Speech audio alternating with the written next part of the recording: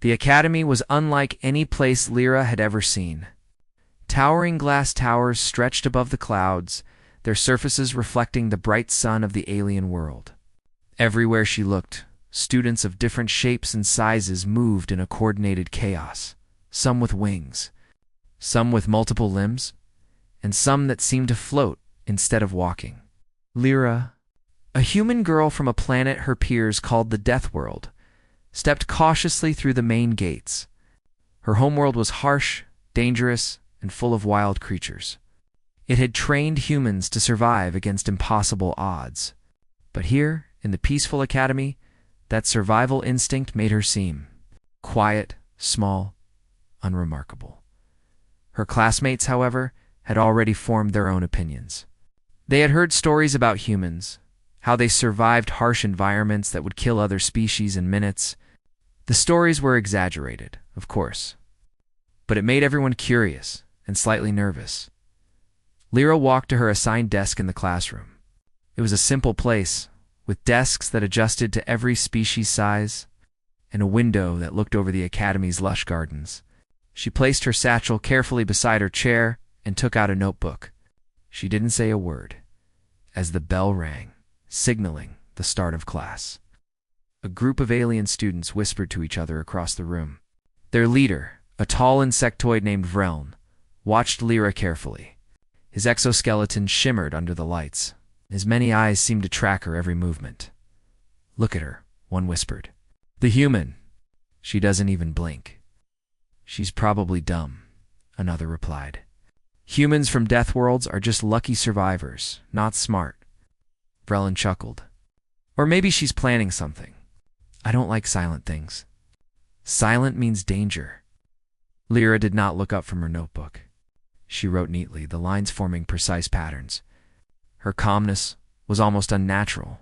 Some students began to watch her curiously, unsure whether to fear her or ignore her. The teacher, a tall, blue-skinned alien named Phaler, entered the classroom. Phaler had 6 arms and a voice that could calm even the noisiest students. "Good morning, everyone," he said. "Today, we will study energy flow in advanced machinery." As Phaler began the lesson, Vreln whispered again to his group, "We should tease her. She won't even react, and it'll be funny." They tried small things at first. A chair squeaked loudly behind Lyra. A floating notebook hovered close to her. Lyra didn't move. She simply continued her work, her calmness unshaken. The whispers in the class grew. Some students admired her patience. Others felt frustrated. "Why isn't she even looking at us?" One alien whispered. The teasing escalated. During a break, Vrelin and his friends approached Lyra's desk. "You humans are weird," Vrelin said, leaning close. His many eyes glimmered. "You sit there, quiet, like nothing scares you. But I've heard your kind scream at everything. So, which is it?" Lyra looked up slowly. She did not speak. Her gaze was steady. Somehow, it made Vrelin pause. Vrelin barked a laugh. "She's too scared to answer. Human pride, huh?"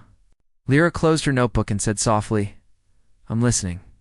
Not scared. Listening." The words were quiet but firm. There was no anger. No fear, just calm. It was unsettling. Vrelin frowned. "Listening? Who cares about listening? Humans are supposed to be loud and strong, like warriors." Lyra tilted her head slightly. "Being quiet does not mean being weak," she said. "And strength is not always shown by noise." Her classmates stared. None of them had heard a human speak like that before. Some whispered to each other, questioning the stories they had heard. The day continued. During a practical experiment, students had to control small drones that responded to their neural commands. Vreln tried to show off, making his drones spin wildly, hitting walls and knocking over equipment. Lyra's turn came. She touched her drone's control panel lightly. It hovered perfectly, adjusting to the currents of the room, avoiding collisions. Even more surprisingly, when another drone came too close, hers gently moved away, creating space. The class watched in silence. Vreln's jaw dropped. How? How did she do that?" He whispered. Lyra didn't smile. She merely wrote some notes in her notebook. Calm, focused, and precise. By the end of the day, rumors had begun to spread. Humans only look calm when planning something terrifying. Some students whispered excitedly. She didn't move, yet she controlled the drones better than anyone. Vrel's irritation grew. He had to find a way to embarrass her. During lunch, he approached Lyra again, this time in front of a crowd. "Hey, human," he called loudly. "I bet you can't even eat with us. You're too delicate. Sit with us, or go hide." Lyra looked up at him. The cafeteria was filled with students watching. She didn't flinch.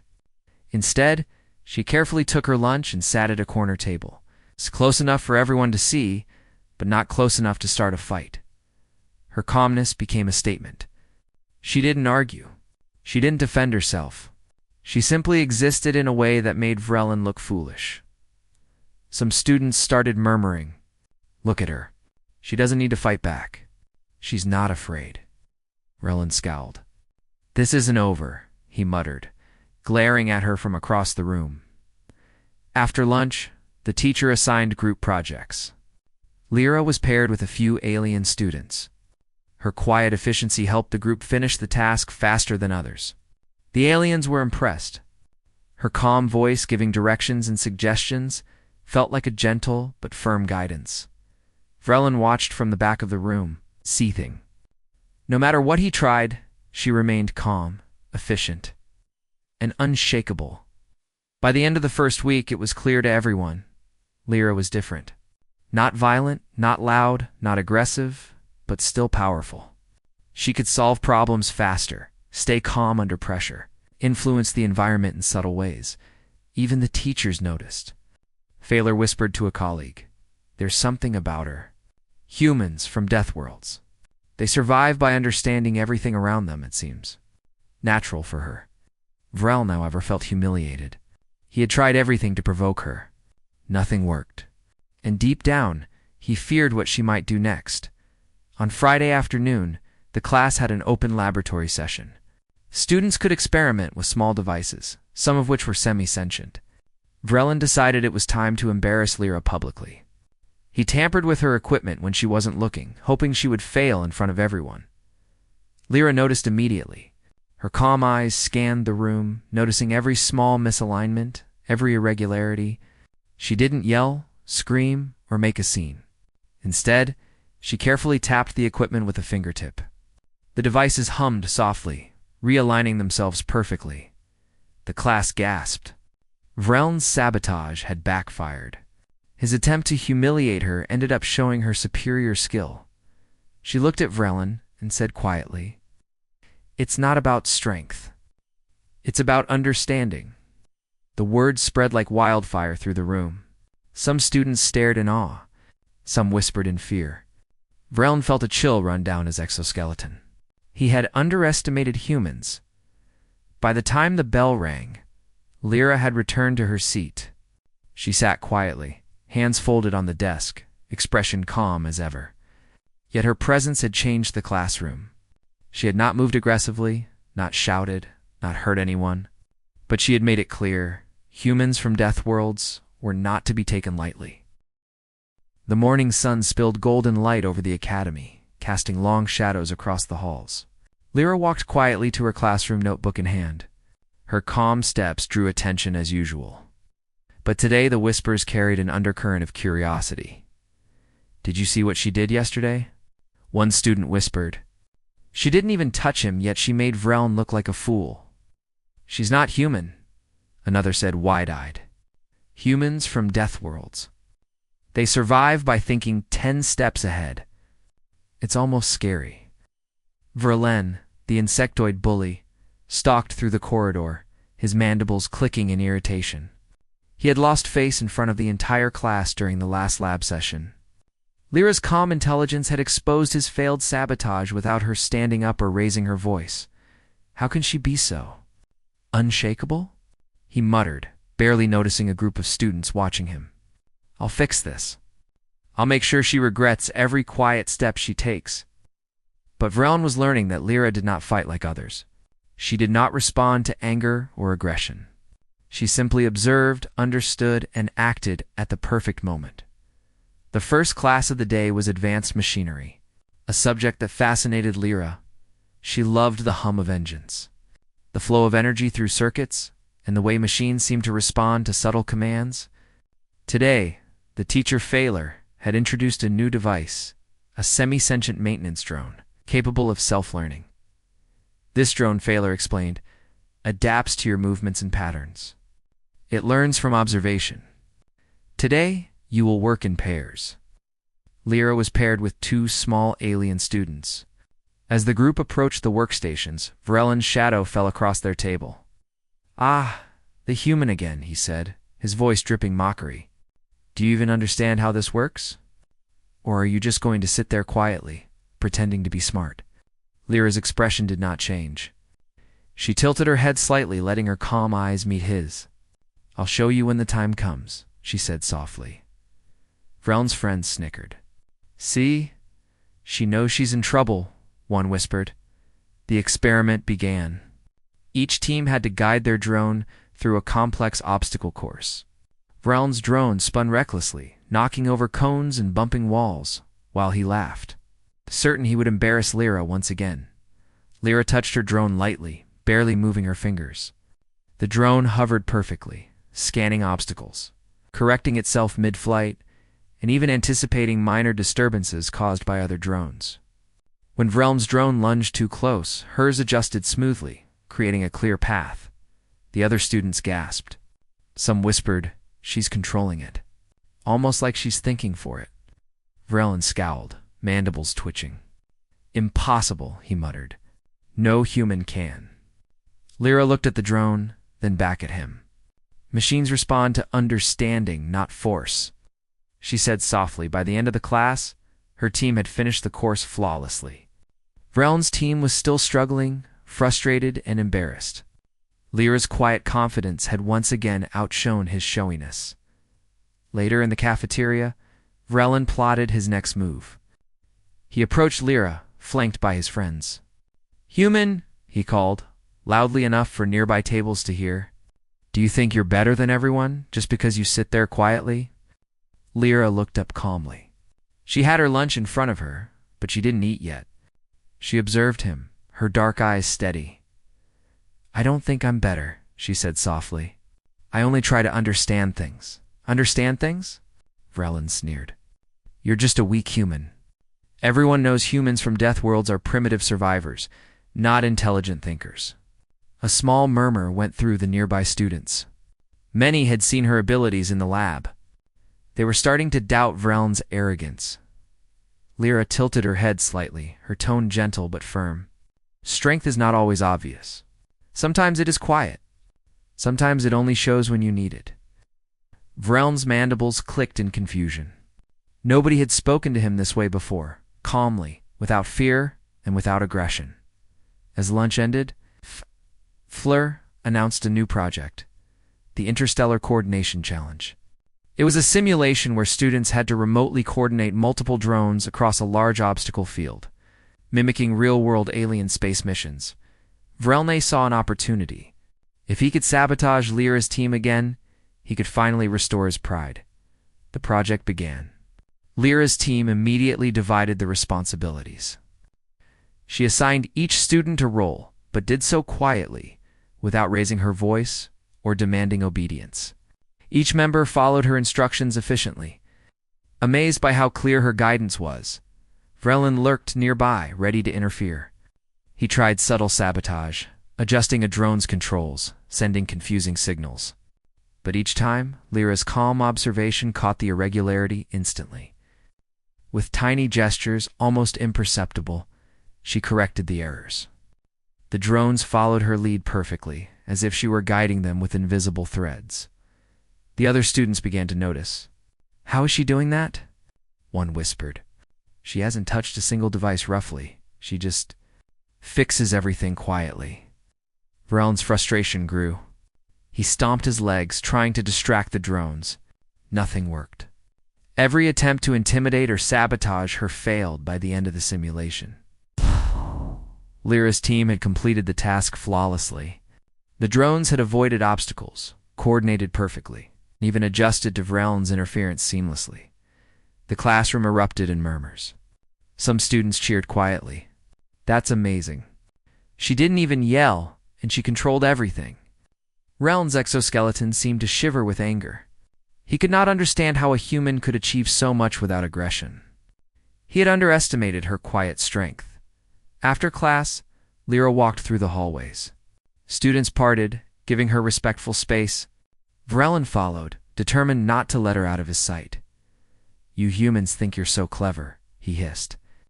"You sit quietly, pretend you're weak, but somehow you always win."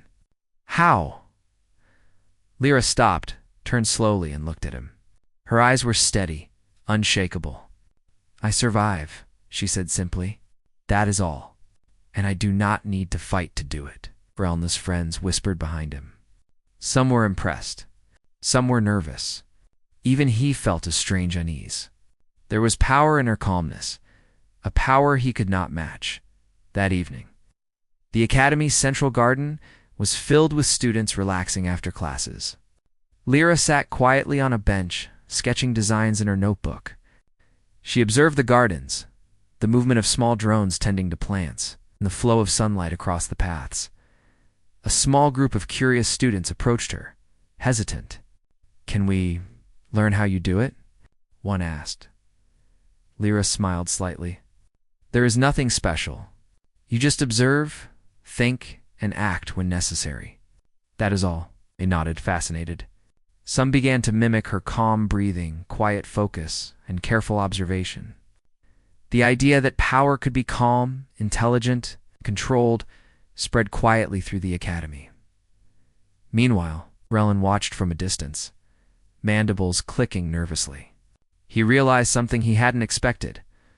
Lyra's strength did not come from physical force. It came from intelligence, observation, and patience. He could not fight it. He could not intimidate it, and that frightened him more than any human warrior he had ever heard of. As the sun set, Lyra returned to her dormitory. She walked through the halls, silent, unnoticed by most, but leaving a lasting impression on everyone who saw her. She did not boast. She did not celebrate. She simply existed. Calm, focused, intelligent, and for the first time, the Academy understood something new. Humans from Deathworlds were not defined by aggression or brute strength. They were defined by their minds, their patience, and their ability to survive through cleverness. Vrel lay awake that night, thinking of Lyra's quiet confidence. He replayed every moment in his head. Her calm gaze, the flawless drone control, the effortless corrections. No amount of scheming could break her, he realized begrudgingly. That humans like Lyra were dangerous not because they fought, but because they understood everything and acted perfectly at the right moment. The week ended, but the tension remained. Vrel was not defeated, but he had learned a lesson he could not forget. And Lyra, she continued to sit quietly, observing, learning, and surviving in a world that had underestimated her. Her quiet power was growing, and Part 3 would show the Academy. And Vrel, the full measure of what a human from a death world could do without ever standing up to fight. The Academy was unusually quiet that morning. Word had spread about Lyra's calm competence, her flawless performance with the drones, and her subtle control over the classroom experiments. Even the usually loud and restless alien students seemed to whisper when she entered. Vrel, however, was still boiling with frustration. He had failed to embarrass Lyra, failed to prove she was weak, and failed to restore his own pride. Today, he had planned something more daring, a public challenge in front of the entire Academy. Failure. The teacher announced it with a sparkle of excitement. Today, we will test our coordination skills on the central simulation grid, a large-scale, interlinked network of drones, machinery, and environmental controls. Each team must complete a complex sequence, and only the most effective team will succeed. The students murmured in anticipation.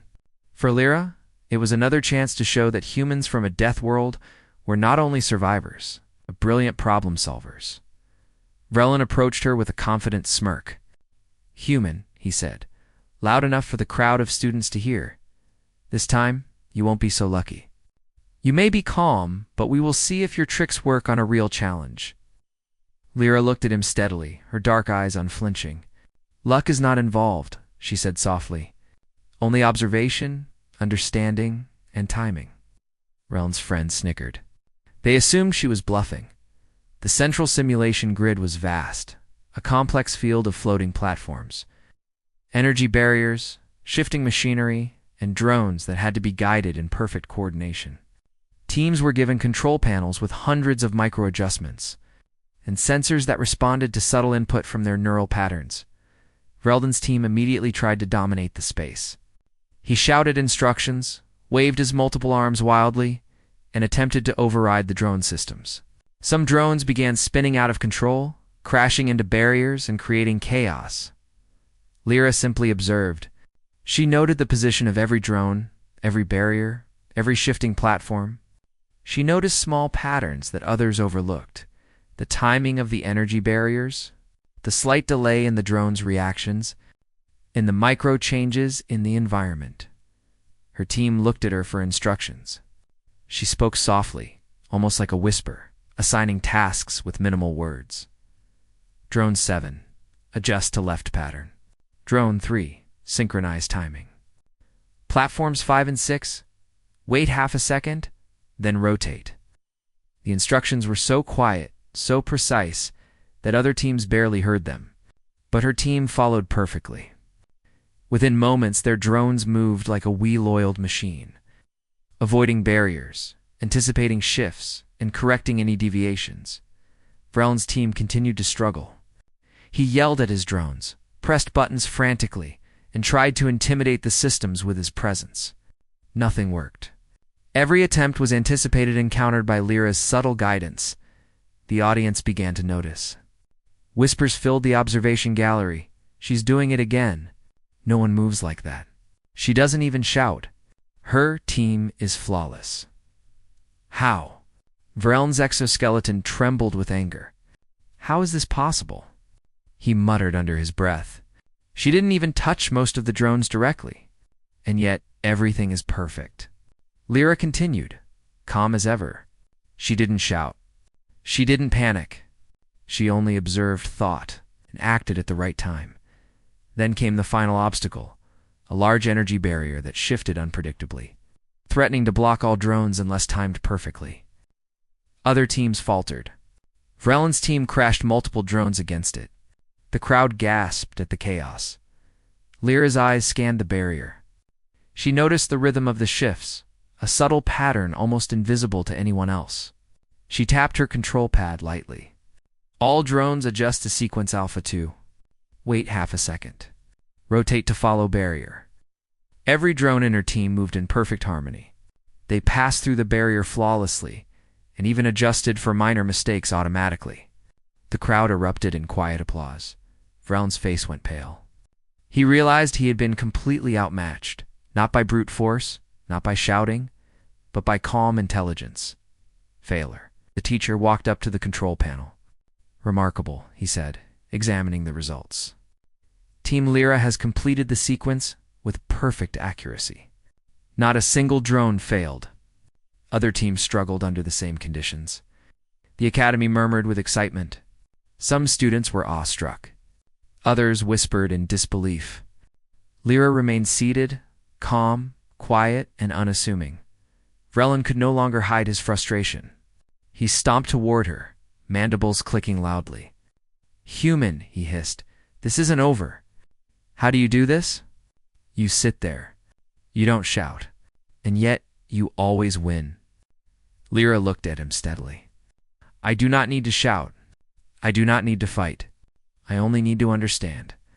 That is how humans survive on my world. By noticing, by thinking, and by acting at the right moment. The room fell silent. Her words carried a strange weight. She did not boast. She did not threaten. She simply stated a truth that no one could argue with. Some students approached her cautiously. Can you teach us? One asked, how can we be as effective without shouting or fighting? Lyra smiled faintly. Observation, patience, and timing. Everything else comes naturally once you understand the system around you. Vrelin slumped, realizing he could not compete. His attempts to intimidate, sabotage, or humiliate had all failed. Lyra's quiet power, her intelligence and calmness, had won without a single aggressive move. Phalar clapped his multiple arms together. This is a lesson for all of us. Strength does not always come from force.